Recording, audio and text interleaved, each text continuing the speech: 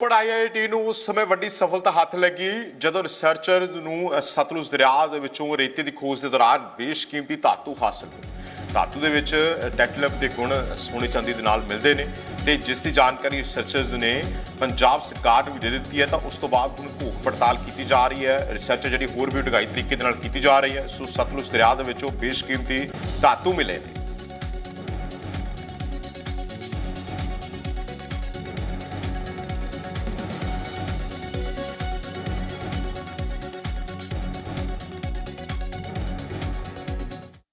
ਤਾਂ ਸਤਲੁਜ ਦਰਿਆ ਦੇ ਕੰਢੇ ਤੇ ਖੜੇ ਆ। ਪੰਜਾਬ 5 ਦਰਿਆਵਾਂ ਵਾਲਾ ਸੂਬਾ। 2.5 ਕੁਆਬ ਪੰਜਾਬ ਦੇ ਹਿੱਸੇ 1947 ਦੀ ਵੰਡ ਤੋਂ ਬਾਅਦ ਆਏ।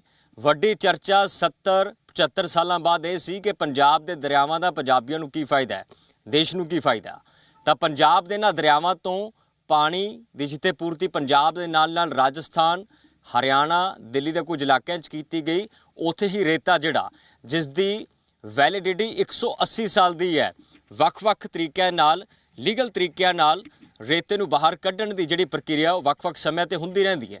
ਪਰ ਆਈਆਈਟੀ ਰੋਪੜ ਦੀ ਤਫਤੀਸ਼ ਮੁਤਾਬਕ ਇੱਕ ਅਜਿਹੀ ਟੈਂਟਲਮ ਦੀ ਧਾਤ ਇਸੇ ਸਤਲੁਜ ਦਰਿਆ ਦੇ ਵਿੱਚੋਂ ਬਰਾਮਦ ਹੋਈ ਹੈ ਜਿਸ ਨੇ ਇੱਕ ਵੱਡੀ ਚਰਚਾ ਛੇੜੀ ਹੈ। ਆਖਰਕਾਰ ਇਸ ਧਾਤ ਦੇ ਕੀ ਕੁਝ ਮਾਇਨੇ ਨੇ ਇਸ ਮੈਟਲ ਦੀ ਬਰਾਮਦਗੀ ਤੋਂ ਬਾਅਦ? ਹਾਲਾਂਕਿ ਸੋਰਸਿਸ ਇਨਫੋਰਮੇਸ਼ਨ ਦੇ ਰਹੇ ਹੈ ਕਿ ਪੰਜਾਬ ਦੀ ਸਰਕਾਰ ਨੂੰ ਵੀ ਸੂਚਿਤ ਕੀਤਾ ਗਿਆ। ਸਰਕਾਰ ਦਾ ਹਾਂ ਪੱਖੀ ਹੁੰਗਾਰਾ ਸਾਹਮਣੇ ਆ ਰਿਹਾ ਹੈ, ਪਰ ਇਸ ਹੁੰਗਾਰੇ ਤੋਂ ਬਾਅਦ ਕੀ ਸਰਕਾਰ ਆਪਣੇ ਪੱਧਰ ਤੇ ਇੱਕ ਵੱਡੇ ਪ੍ਰਪੋਜ਼ਲ ਦੀ ਤਿਆਰੀ ਕਰ ਰਹੀ ਹੈ ਕਿ ਹੋਰ ਗਰਾਊਂਡ ਜ਼ੀਰੋ ਤੇ ਜਾ ਕੇ ਤਫਤੀਸ਼ ਕੀਤੀ ਜਾਏ, ਕਿਉਂਕਿ ਇਸ ਮੈਟਲ ਨੂੰ ਬੇਸ਼ਕੀਮਤੀ ਮੈਟਲ ਦੇ ਵਜੋਂ ਦੇਖਿਆ ਜਾ ਰਿਹਾ ਹੈ ਜਿਹੜੀ ਭਾਰਤ ਦੇ ਕਿਸੇ ਹਿੱਸੇ ਦੇ ਵਿੱਚ ਬਰਾਮਦ ਨਹੀਂ ਸੀ ਹੋਈ। ਉਹ 5 ਆਬ 2.5 ਕੁਆਬ ਯਾਨੀ ਕਿ ਪੰਜਾਬ ਦੀ ਧਰਤੀ ਤੇ ਸਤਲੁਜ ਦਰਿਆ ਦੇ ਇਸੇ ਕੰਢਿਆਂ ਤੋਂ ਬਰਾਮਦ ਕੀਤੀ ਗਈ। ਤਾਂ ਆਈਆਈਟੀ ਰੋਪੜ ਦੇ ਵਿਗਿਆਨੀਆਂ ਨਾਲ ਗੱਲਬਾਤ ਕੀਤੀ ਗਈ। ਵਿਗਿਆਨੀਆਂ ਨੇ ਇਸ ਸੰਬੰਧੀ ਜਾਣਕਾਰੀ ਦਿੱਤੀ ਹੈ ਕਿ ਪ੍ਰਪੋਜ਼ਲ ਸਰਕਾਰ ਦੇ ਸਾਹਮਣੇ ਰੱਖਿਆ ਗਿਆ ਹੈ, ਜਿਸ ਤੋਂ ਬਾਅਦ ਹਾਂ ਪੱਖੀ ਹੁੰਗਾਰਾ ਕਿੰਨਾ ਕੁ ਆਉਂਦਾ ਇਸ ਦਾ ਇੰਤਜ਼ਾਰ ਰਹੇਗਾ। ਪਰ ਇਸ ਮੈਟਲ ਦੇ ਕੀ ਕੁਝ ਮਾਇਨੇ ਨੇ? ਟੈਂਟਲਮ ਦੀ ਧਾਤ ਤੋਂ ਬਾਅਦ ਜਦੋਂ ਇਸ ਨੂੰ ਬਰਾਮਦ ਕੀਤਾ ਗਿਆ ਤਾਂ ਵੱਖ-ਵੱਖ ਵਿਗਿਆਨੀਆਂ ਨੇ ਇਸ ਦੀ ਘੋਖ ਲਈ, ਜਿੱਥੇ ਹੋਰ ਲੰਬੀ ਤਫਤੀਸ਼ ਦਾ ਜ਼ਿਕਰ ਕੀਤਾ ਕਿ ਇਹ ਕੋਈ ਇੱਕ ਦਿਨ, ਇੱਕ ਮਹੀਨਾ ਜਾਂ ਇੱਕ ਸਾਲ ਦੀ ਇਨਵੈਸਟੀਗੇਸ਼ਨ ਨਹੀਂ ਹੈ, ਹੋਰ ਵੱਡੇ ਤਫਤੀਸ਼ ਇਸ 'ਤੇ ਹੋਣੀ ਬਣਦੀ ਹੈ, ਹੋਣੀ ਵੀ ਚਾਹੀਦੀ ਹੈ। ਪਰ ਟੈਂਟਲਮ ਆਖਰਕਾਰ ਹੁੰਦਾ ਕੀ ਹੈ? ਟੈਂਟਲਮ ਦੀ ਧਾਤ ਇਲੈਕਟ੍ਰਿਕ ਚੀਜ਼ਾਂ ਦੇ ਵਿੱਚ ਵਰਤੀ ਜਾਂਦੀ ਹੈ। ਤਾਂ ਜ਼ੀ ਪੰਜਾਬ ਹਰਿਆਣਾ ਹਿਮਾਚਲ ਦੀ ਟੀਮ ਗਰਾਊਂਡ ਜ਼ੀਰੋ ਤੇ ਦਰਿਆ ਦੇ ਕੰਢੇ ਤੇ ਖੜੀ ਹੈ, ਜਿੱਥੇ ਆਈਆਈਟੀ ਨੇ ਵੱਖ-ਵੱਖ ਥਾਵਾਂ ਤੇ ਤਫਤੀਸ਼ਾਂ ਕੀਤੀਆਂ। ਤਾਂ ਇਸ ਇਨਵੈਸਟੀਗੇਸ਼ਨ ਤੋਂ ਬਾਅਦ ਟੈਂਟਲਮ ਦੀ ਧਾਤ ਆਖਰਕਾਰ ਵਰਤੀ ਕੀਤੀ ਜਾਂਦੀ। ਆਮ ਲੋਕਾਂ ਦੇ ਮਨਾਂ 'ਚ ਬਹੁਤ ਵੱਡਾ ਸਵਾਲ ਹੋਏਗਾ ਕਿ ਇਲੈਕਟ੍ਰਿਕ ਚੀਜ਼ਾਂ ਦੇ ਉਤਪਾਦਨ ਦੇ ਲਈ ਵਰਤੀ ਜਾਂਦੀ ਹੈ, ਜਿਹੜੀ ਕਿ ਬੇਸ਼ਕੀਮਤੀ ਧਾਤ ਹੈ, ਜਿਹੜੀ ਸਵੀਡਨ ਦੇ ਵਿੱਚ 1802 ਈਸਵੀ ਦੇ ਵਿੱਚ ਮਾਈਨਜ਼ ਐਂਡ ਜੀਓਲੋਜੀ ਡਿਪਾਰਟਮੈਂਟ ਦੇ ਵੱਲੋਂ ਰਿਕਵਰ ਕੀਤੀ ਗਈ ਸੀ। ਤਾਂ ਪੰਜਾਬ ਤੇ ਭਾਰਤ ਵਿੱਚ ਇਸ ਧਾਤ ਨੂੰ ਲੈ ਕੇ ਹੁਣ ਤੱਕ ਦੀ ਸਭ ਤੋਂ ਵੱਡੀ ਇਨਫੋਰਮੇਸ਼ਨ ਹੈ ਕਿ ਪੰਜਾਬ ਦੇ ਵਿੱਚ ਇਸ ਮੈਟਲ ਨੂੰ ਬਰਾਮਦ ਕੀਤਾ ਗਿਆ, ਜਿਹੜੀ ਇਲੈਕਟ੍ਰਿਕ ਚੀਜ਼ਾਂ ਦੇ ਵਿੱਚ ਕੈਪੈਸਿਟਰ ਬਣਾਉਣ ਦੇ ਲਈ ਵਰਤੀ ਜਾਂਦੀ। ਕੈਪੈਸਿਟਰ ਤੋਂ ਭਾਵ ਹੈ ਕਿ ਕੈਮਰਾਜ਼ ਜਾਂ ਐਲਸੀਡੀਜ਼ ਜਾਂ ਕਿਸੇ ਤਰੀਕੇ ਦਾ ਬਿਜਲੀ ਉਪਕਰਨ ਬਣਾਉਣ ਦੇ ਲਈ ਜਿਹੜੇ ਕੈਪੈਸਿਟਰ ਦੀ ਵਰਤੋਂ ਹੁੰਦੀ ਹੈ, ਉਹ ਕੈਪੈਸਿਟਰ ਇਸੇ ਮੈਟਲ ਤੋਂ ਬਣਾਏ ਜਾਂਦੇ ਹੈ। ਪਰ ਸਵਾਲ ਬਹੁਤ ਵੱਡੇ ਨੇ ਕਿ ਆਖਰਕਾਰ ਭਾਰਤ ਦੀ ਸਰਕਾਰ ਦਾ ਕੀ ਕੁਝ ਇਸ ਤੇ ਰੋਲ ਰਹੇਗਾ, ਜਾਂ ਪੰਜਾਬ ਦੀ ਸਰਕਾਰ ਆਪਣੇ ਪੱਧਰ ਤੇ ਆਈਆਈਟੀ ਰੋਪੜ ਦੇ ਨਾਲ ਇੱਕ ਵੱਡੀ ਇਨਵੈਸਟੀਗੇਸ਼ਨ ਦੀ ਤਿਆਰੀ ਕਰ ਰਹੀ ਹੈ। ਕਿਉਂਕਿ ਲਗਾਤਾਰ ਹੁਣ ਇਸ ਖਬਰ ਤੇ ਨਜ਼ਰਾਂ ਟਿਕੀਆਂ ਰਹਿਣਗੀਆਂ ਕਿ ਜੇਕਰ ਬੇਸ਼ਕੀਮਤੀ ਚੀਜ਼ਾਂ ਸਤਲੁਜ ਦਰਿਆ ਦੇ ਵਿੱਚੋਂ ਮਿਲ ਰਹੀਆਂ ਨੇ, ਜਿਨ੍ਹਾਂ ਦਾ ਕੋਈ ਮੁੱਲ ਹੀ ਨਹੀਂ ਹੈ, ਜਿਹੜੀਆਂ ਹਜ਼ਾਰਾਂ ਕਰੋੜ ਰੁਪਏ ਦੇ ਵਿੱਚ ਨਹੀਂ ਮਿਲ ਸਕਦੀਆਂ, ਜਿਹੜੀਆਂ ਵੱਖ-ਵੱਖ ਦੇਸ਼ਾਂ ਦੇ ਲੋਕ ਵੀ ਵੱਖ-ਵੱਖ ਦੇਸ਼ਾਂ ਦੇ ਜਿਹੜੇ ਵਿੰਗ ਨੇ ਉਹ ਖੰਗਾਲਣ ਦੀ ਕੋਸ਼ਿਸ਼ ਕਰ ਰਿਹਾ, ਪਰ ਉਹ ਇਸੇ ਪੰਜਾਬ ਦੇ ਉਸ ਦਰਿਆ 'ਚੋਂ ਮਿਲੀਆਂ ਨੇ ਜਿਸ ਦਾ ਨਾਮ ਸਤਲੁਜ ਦਰਿਆ ਹੈ, ਜਿਹੜੀ ਇੱਕ ਵੱਡੀ ਹਿਸਟਰੀ ਪੰਜਾਬ ਭਾਰਤ ਦੇ ਹਿੱਸੇ ਦੇ ਵਿੱਚ ਆਈ ਹੈ। ਕੈਮਰਾ ਪਰਸਨ ਮਲਿਕ ਦੇ ਨਾਲ ਕ੍ਰਿਸ਼ਨ ਸਿੰਘ, ਜ਼ੀ ਮੀਡੀਆ। ਪੰਜਾਬ 5 ਦਰਿਆਵਾਂ ਦਾ ਸੂਬਾ। 2.5 ਕੁ ਦਰਿਆ 1947 ਤੋਂ ਬਾਅਦ ਰਹੇ। ਤਾਂ ਦਰਿਆਵਾਂ ਤੇ ਬਹੁਤ ਵੱਡੀ ਚਰਚਾ ਸੀ ਕਿ ਆਖਰਕਾਰ ਪਾਣੀ ਜਿਹੜਾ ਕੁਦਰਤੀ ਸਰੋਤ ਹੈ, ਉਸ ਤੋਂ ਇਲਾਵਾ ਦਰਿਆਵਾਂ ਵਿੱਚ ਕੀ ਮਿਲ ਸਕਦਾ ਹੈ। ਰੇਤੇ ਤੋਂ ਇਲਾਵਾ ਆਈਆਈਟੀ ਰੋਪੜ ਨੇ ਇੱਕ ਵੱਡੀ ਰਿਸਰਚ ਕੀਤੀ ਹੈ, ਜਿਸ ਤੋਂ ਬਾਅਦ ਇੱਕ ਅਜਿਹੀ ਧਾਤ ਨੂੰ, ਇੱਕ ਅਜਿਹੀ ਮੈਟਲ ਨੂੰ ਲੱਭਣ ਦੇ ਲਈ ਆਈਆਈਟੀ ਨੇ ਸਫਲਤਾ ਹਾਸਲ ਕੀਤੀ ਹੈ, ਜਿਸ ਤੇ ਵੱਡੇ ਚਰਚੇ ਇਸ ਕਰਕੇ ਹੋ ਰਹੇ ਨੇ ਕਿ 1802 ਈਸਵੀ ਦੇ ਵਿੱਚ ਜਿਹੜੀ ਮੈਟਲ ਸਵੀਡਨ ਦੇ ਵਿੱਚ ਮਿਲੀ ਸੀ, ਤਾਂ ਪੰਜਾਬ ਦੇ ਸਤਲੁਜ ਦਰਿਆ ਦੇ ਵਿੱਚੋਂ ਉਸ ਮੈਟਲ ਨੂੰ ਦੇਖਿਆ ਗਿਆ, ਉਸ ਦੇ ਕੁਝ ਗੁਣ ਮਿਲੇ ਨੇ। ਉਸ ਤੇ ਇੱਕ ਵੱਡੀ ਚਰਚਾ ਕਰਨ ਦੇ ਲਈ ਜ਼ੀ ਪੰਜਾਬ ਹਰਿਆਣਾ ਹਿਮਾਚਲ ਦੀ ਟੀਮ ਗਰਾਊਂਡ ਜ਼ੀਰੋ ਤੇ ਆ, IIT ਰੋਪੜ ਪਹੁੰਚੀ ਹੈ ਤਾਂ ਚਰਚਾ ਕਰਨ ਦੀ ਕੋਸ਼ਿਸ਼ ਕਰਾਂਗੇ। ਦੋ ਵੱਡੇ ਐਕਸਪਰਟ ਆ ਇਸ ਚਰਚਾ ਦੇ ਵਿੱਚ ਸਾਡੇ ਨਾਲ ਹਾਜ਼ਰ ਨੇ, ਉਹਨਾਂ ਤੋਂ ਪੁੱਛਣ ਦੀ ਕੋਸ਼ਿਸ਼ ਕਰਾਂਗੇ ਆਖਿਰਕਾਰ ਇਹ ਮੈਟਲ ਦੇ ਕੀ ਕੁਝ ਮਾਇਨੇ ਨੇ। ਤਾਂ ਇਸ ਚਰਚਾ ਨੂੰ ਅੱਗੇ ਵਧਾਉਣ ਦੇ ਲਈ ਸਾਡੇ ਨਾਲ ਡਾਕਟਰ ਰੀਤ ਕਮਲ ਤਿਵਾੜੀ ਜਿਹੜੇ ਕਿ ਡਿਪਾਰਟਮੈਂਟ ਆਫ ਸਿਵਲ ਇੰਜੀਨੀਅਰਿੰਗ ਤੋਂ ਸਾਡੇ ਨਾਲ ਹਾਜ਼ਰ ਰਹਿਣਗੇ, ਉਹਨਾਂ ਦਾ ਅਸੀਂ ਇਸਤਕਬਾਲ ਕਰਾਂਗੇ। ਤਾਂ ਨਾਲ ਹੀ ਡਾਕਟਰ ਨਵੀਨ ਜੇਮਸ ਇਸੇ ਡਿਪਾਰਟਮੈਂਟ ਦੇ ਨੇ, ਉਹਨਾਂ ਨੂੰ ਅਸੀਂ ਇਸ ਚਰਚਾ ਸ਼ਾਮਲ ਕਰ ਰਹੇ ਹਾਂ। ਡਾਕਟਰ ਤਿਵਾੜੀ, ਆਖਿਰਕਾਰ ਕਿਵੇਂ ਇਸ ਨੂੰ ਦੇਖਿਆ ਜਾਏ ਜੋ ਮੈਟਲ पंजाब के सतलुज दरिया ਦੇ ਵਿੱਚ मिली है? इस रिसर्च का इनिशियल देखें तो ये रिसर्च हम थैलियम मेटल खोजने के लिए नहीं कर रहे थे, ये हम सॉइल प्रॉपर्टी को स्टडी कर रहे थे for dynamic loading of the soil. ये डॉक्टर रेशमी सेबेस्टियन हमारे यहाँ फैकल्टी हैं, वो इस स्टडी को कर रही थी। तो उसके लिए हमें सॉइल के कंपोजिशन को जानना पड़ता है। तो हमने सॉइल की टेस्टिंग की, सॉइल के कुछ सैंपल्स लाए थे सतलज से और उसकी हमने टेस्टिंग की। टेस्टिंग में हमने EDX मेथड का यूज़ किया, वो स्पेक्ट्रोस्कोपी होता है, उससे हम कौन कौन से मिनरल सॉइल में है उसको हम निकाल सकते हैं। तो हमें एक ट्रेस अमाउंट मिला थैलियम का। तो हमने फिर पंजाब गवर्नमेंट अभी एक बहुत अच्छी इनिशिएटिव को लेकर के आई। हमने प्रपोज किया था पंजाब गवर्नमेंट को कि यहाँ पर जो आप सैंड माइनिंग करते हैं, तो सैंड माइनिंग अभी अनसाइंटिफिक वे में बहुत जगहों पे हो रहा है और बहुत जगह अनऑथराइज्ड भी होता है। तो इसको मॉनिटर करने के लिए और इसको रेगुलेट करने के लिए एक माइनिंग सेंटर IIT रोपर में आप खोलें। तो इसमें हमने ये भी प्रपोज किया कि हमने अपने डिपार्टमेंट के फैकल्टी से बात किया, तो हमने जो भी इस सतलज दरिया से रिलेटेड जो भी टॉपिक हो सकते थे उन सभी को उस माइनिंग सेंटर में डाला। और उसमें हमने ये टॉपिक भी रखा है कि हम इस थैलियम का सोर्स आइडेंटिफिकेशन और इकोनॉमिक वायबिलिटी स्टडी भी करेंगे, ताकि अगर ये हमें सफिशिएंट क्वांटिटी में मिलता है तो हम जो रेत हमें मिल रही है उसका हम और भी यूज़ कर सकते हैं। और रेयर अर्थ मेटल अगर मिल जाता है तो ये बहुत ही बड़ा एक होगा, हमारे लिए कामयाबी होगी। लेकिन अभी हम इसमें बहुत ज़्यादा डिटेल में कुछ नहीं कह पाएंगे, क्योंकि हमने 1-2 सैंपल ही एनालिसिस किए थे, अभी इस पर रिसर्च होना बाकी है। बिल्कुल, ਤਾਂ ਇਹ ਬਹੁਤ ਵੱਡੀ ਜਿਹੜੀ ਹੈ ਉਹ ਇਨਫੋਰਮੇਸ਼ਨ IIT ਰੋਪੜ ਤੋਂ ਮਿਲੀ ਹੈ। ਮੇਰੇ ਸਹਿਯੋਗੀ ਜਸਮੀਤ ਕੌਰ ਵੀ ਸਾਡੇ ਨਾਲ ਇਸ ਚਰਚਾ ਦੇ ਵਿੱਚ ਜਿਹੜੇ ਆ ਜੁੜਨਗੇ। ਜਸਮੀਤ, ਇਹ ਬਹੁਤ ਵੱਡੀ ਗੱਲ ਹੈ ਕਿ ਪੰਜਾਬ 5 ਦਰਿਆਵਾਂ ਵਾਲਾ ਸੂਬਾ ਹੋਵੇ ਔਰ ਪਾਣੀਆਂ ਦੇ ਨਾਲ ਨਾਲ ਰੇਤੇ ਤੇ ਬਹੁਤ ਵੱਡੀ ਚਰਚਾ ਹੁੰਦੀ ਸੀ, ਪਰ ਟੈਂਟਲਮ ਜਿਹੀ ਜਿਹੜੀ ਮੈਟਲ ਮਿਲੀ ਹੈ ਜਿਸ ਨੇ ਸਭ ਨੂੰ ਹੈਰਾਨ ਕਰ ਦਿੱਤਾ ਕਿ ਪੂਰੇ ਭਾਰਤ ਵਿੱਚ ਇਸ ਦੀ ਚਰਚਾ ਨਹੀਂ, ਇਕੱਲੇ ਪੰਜਾਬ ਦੇ ਸਤਲੁਜ ਦੇ ਵਿੱਚ ਚਰਚਾ ਹੈ।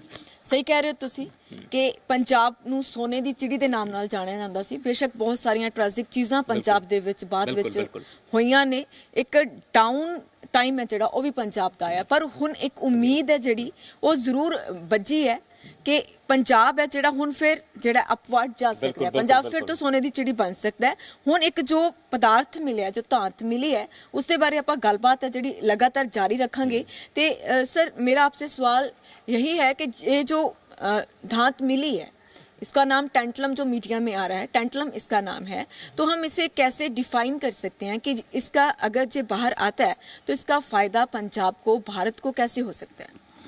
जी, टेंटलम जो मेटल होता है ये रेयर अर्थ मेटल के कैटेगरी में आता है। 12-13 रेयर अर्थ मेटल होते हैं और रेयर अर्थ मेटल काफ़ी, उसका नाम ही है रेयर अर्थ, क्योंकि वो काफ़ी कम जगहों पे पाया जाता है। और ये इलेक्ट्रॉनिक्स इंस्ट्रूमेंट को बनाने के लिए, इलेक्ट्रिकल अप्लाइंसेस में इसकी काफ़ी ज़्यादा यूज़ होती है। तो अगर ये हमें इकोनॉमिक वायबिलिटी यहाँ पे पता चलती है कि इसमें ऑटोमेटिक रिचार्ज हो रहा है, इसका हर साल कुछ मात्रा आ रही है, इसके हम सोर्स को आइडेंटिफाई कर पाते हैं, तो फिर हम इसके माइनिंग के तरफ हम बढ़ सकते हैं कि हम इसको माइन करें।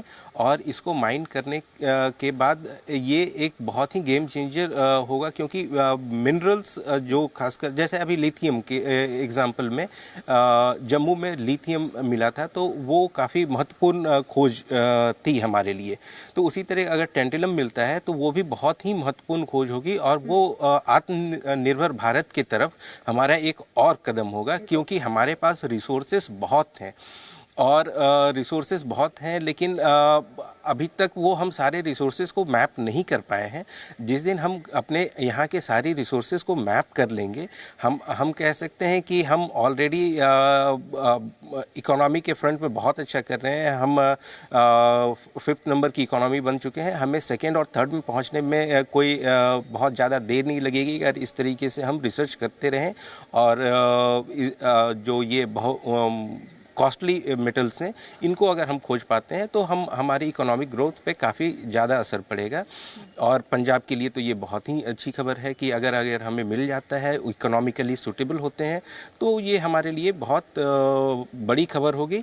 हाँ, अभी रिसर्च फर्स्ट स्टेज में है, इसको हमें धीरे धीरे करके आगे लेके जाना है। इसके सोर्स को भी आइडेंटिफाई करना बहुत ज़रूरी है, क्योंकि पंजाब के लिए एक महत्वपूर्ण खोज है जी होगी।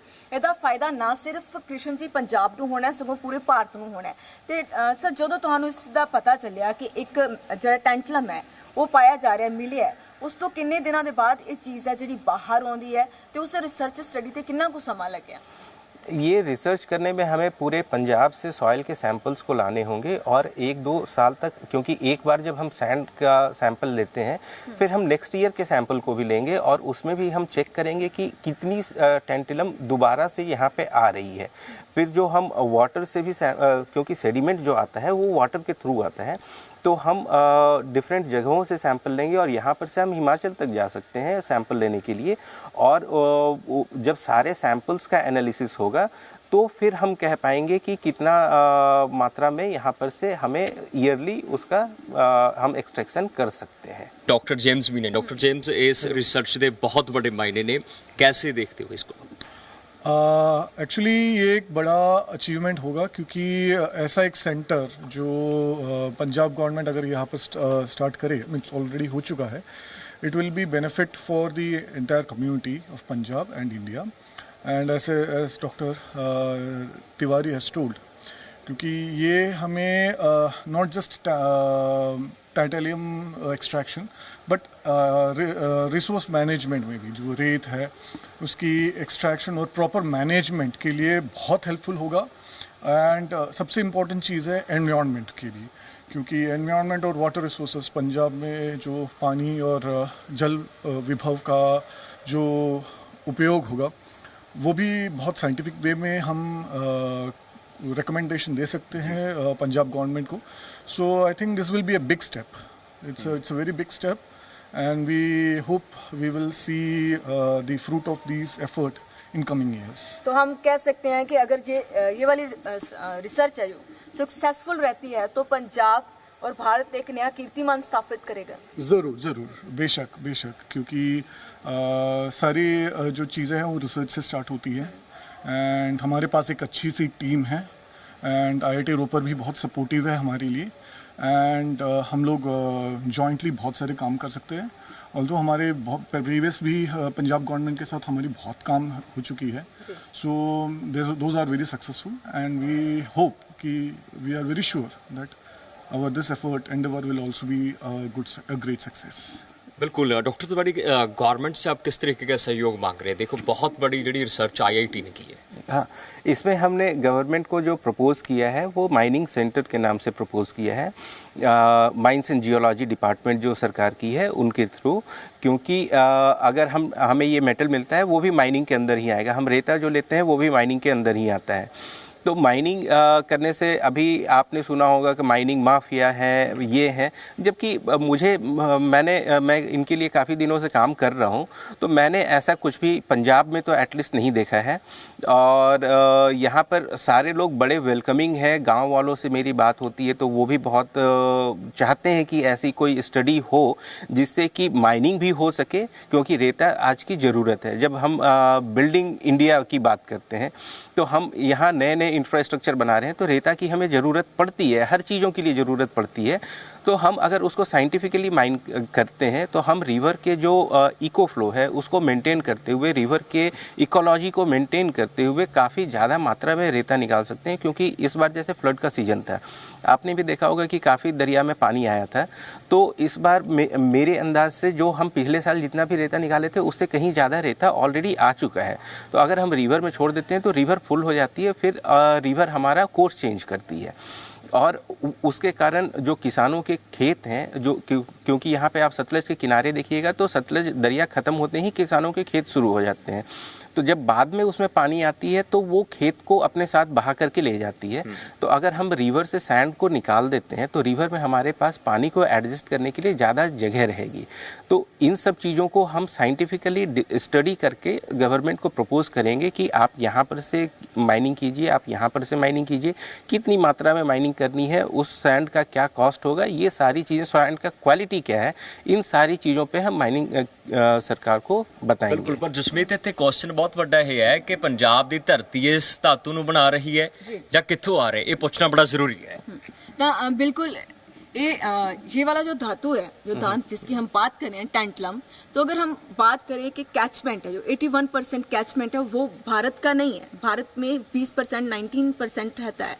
अगर कैचमेंट की बात करते हैं तो बाहर से आता है। और अगर टैंटलम वहां से आ रहा है, पंजाब में, भारत में ऐसी कोई इंडस्ट्री है ही नहीं टैंटलम के रिगार्डिंग, तो उसके लिए भी हम थोड़ी सी जानकारी चाहेंगे आपसे। जी, अभी हम सोर्स के बारे में कुछ नहीं बता सकते हैं, क्योंकि सोर्स स्टडी करने के लिए हमें सोर्स आइडेंटिफिकेशन करना पड़ेगा। और जब तक हम ये सैंपल लेकर के, हम जब भारत में ये सतलज जहाँ से आ रही है वहाँ पर से लेकर के हम पंजाब तक का एनालिसिस करेंगे सॉइल के सैंपल का, तब हम आइडेंटिफाई कर सकते हैं कि कहाँ पर ये मेटल ऐड हो रहा है। हो सकता है बाहर से आ रहा हो सकता है भारत में ही इसका सोर्स हो, क्योंकि यू नेवर नो। अगर आप रिवर गंगा को देखिए तो रिवर गंगा भारत से निकलती है, भारत में ही चल रही है, लेकिन उस पानी के बहुत सारे गुण हैं, वो पानी कभी ख़राब नहीं होता है। तो वो सारे मिनरल्स जो उसमें ऐड होते हैं उन्हीं के कारण होता है। उसी तरीके से सतलज हमारा जो बहुत एक मेजर रिवर है, उसमें भी हो सकता है वो हिमाचल से होते हुए आती है, हिमाचल की कई एक छोटी छोटी नदियाँ उसमें मिलती हैं। तो हो सकता है कि उसका सोर्स हमें भारत में ही मिले, और अगर सोर्स हमें भारत में मिलता है तो वो हमारे लिए और भी खुशी की बात होगी, क्योंकि हम डायरेक्ट सोर्स से भी माइनिंग कर सकते हैं। कैमरा पर्सन मलिक ਦੇ ਨਾਲ ਮੇਰੇ ਸਹਿਯੋਗੀ ਜਸਮੀਤ ਕੌਰ ਦੇ ਨਾਲ ਕ੍ਰਿਸ਼ਨ ਸਿੰਘ, IIT ਰੋਪੜ, ਜ਼ੀ ਮੀਡੀਆ।